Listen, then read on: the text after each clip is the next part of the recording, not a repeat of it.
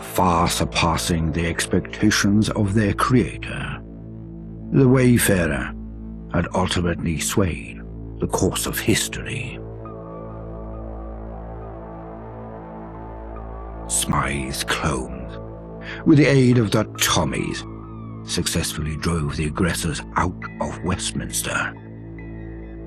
The retreating forces, of which there were few, were silently disposed of. A feeling of calm swept the city, all uncertainty fading into the background. Very few Londoners truly knew what was in store for the future, and very few ever would. The Wayfarer went on to accept a new, lucrative deal with their creator. Everything they could ever want in return for their silence and their submission. Smythe would occasionally call them out of retirement to protect their interests in the region, but save for these infrequent disturbances, they were set for life. The Tommies, under the direction of Smythe, became an asset of the Angel Troopers, a friendly face to soften the blow of total subjugation. With Pete Davies at the helm, the Roundels rebounded. After cleaning up the few straggling hooligans, their club sprang back to life, though with tamer partying, because, thanks to a newly, mostly sober Davies. The Pistols of Camden would remain individualistic to the end, fending off attempts to seize power in the borough for as long as they could. The future was bleak, yet for most, conceding wasn't an option. Following the Battle of Westminster, the Wayfarer was expelled from the Pistols. The Camden Council voted unanimously in favor of this motion. The idea that one of their own could be involved in a regime so antithetical to their beliefs was a hit to the borough's morale. For the time being, Miller's men were left alone. They were deemed too much of a hassle to deal with, and Islington was blockaded. While they would occasionally sneak out and attack neighbouring boroughs, their rage, for the most part, turned inwards. With no outlet for their fury, this spawned a culture of infighting. Gangs of Miller's men would beat each other to the death over trivial matters. Fortunes were lost and won at a swing of a fist. Only one thing united them: their devotion to their leader, Miller. The Normans rolled their dice at destiny, but came up with only snake eyes.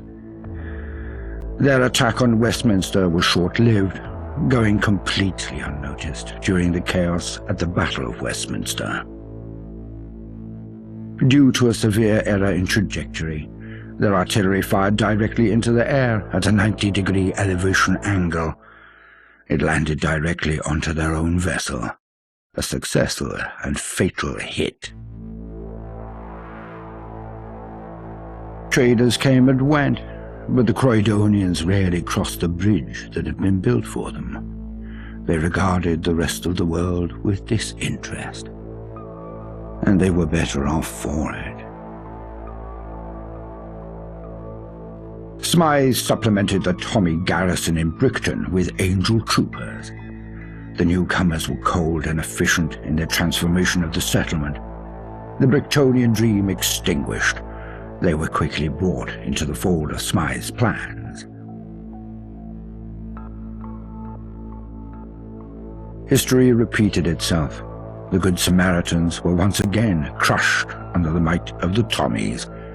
No longer could the residents of Eastminster look to them for hope. Instead, they watched their telescreens. The gentry celebrated their perceived victory over the invading forces, believing they had established definitive control over the city. In reality, The process in which their liberties would be stripped away had only begun. According to Smythe's vision, they were to be the tools through which Parliament controlled the proletariat.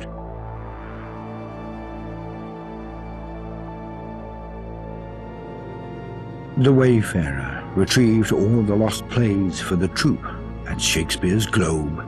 Smythe went on to close the theatre to the public, making it their own personal memorial to the old world. They would visit often, where the troupe would perform for the lone spectator.